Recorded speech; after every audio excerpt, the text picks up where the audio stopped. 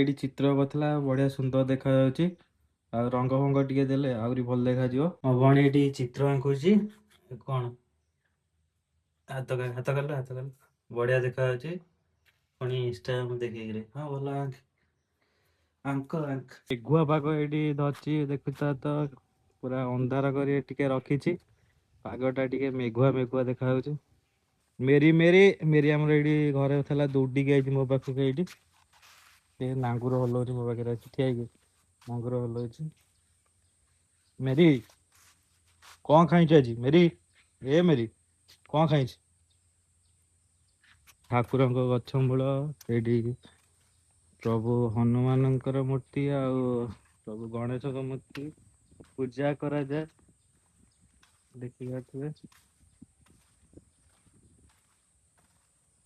ପଛରେ ଛୁଆ ପାଖକୁ ଯିବ ମତେ ମାରିବାକୁ ପଡିବ, ଦେଖିବ ମାରିବାକୁ ପଡିବ, ମାରିବାକୁ ପଡିବ ଦେଖିବ